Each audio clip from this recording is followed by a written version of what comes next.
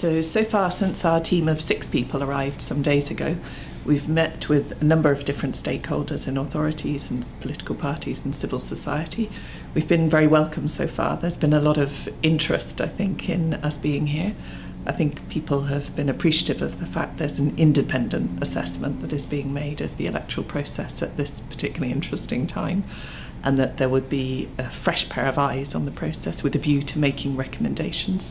During this reporting, we'll be looking at what's working well and what people are positive about and what we see that's positive, and also where there's room for improvements, where things could maybe be made stronger in the electoral process. So a standard part of being part of the OSCE, the Organisation for Security and Cooperation in Europe, is that there is a standing invitation to have election observation from the other participating states. In total, there are 57 participating states.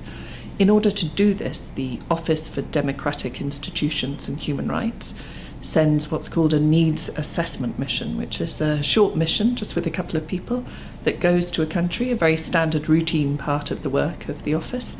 And this meets with a variety of stakeholders and gathers information about the electoral process, and also gathers opinions about whether people think it would be useful to have an independent assessment or observation of the process.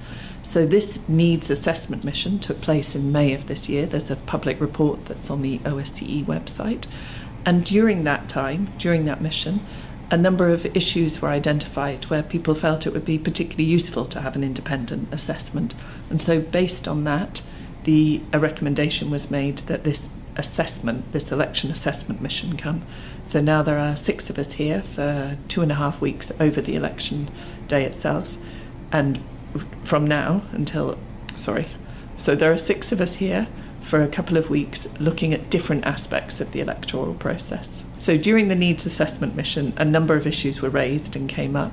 These include the new legislation that there were some different views about, also the participation of national minorities and Aboriginal people, and also campaign finance regulations. So these are some of the things that we will be looking at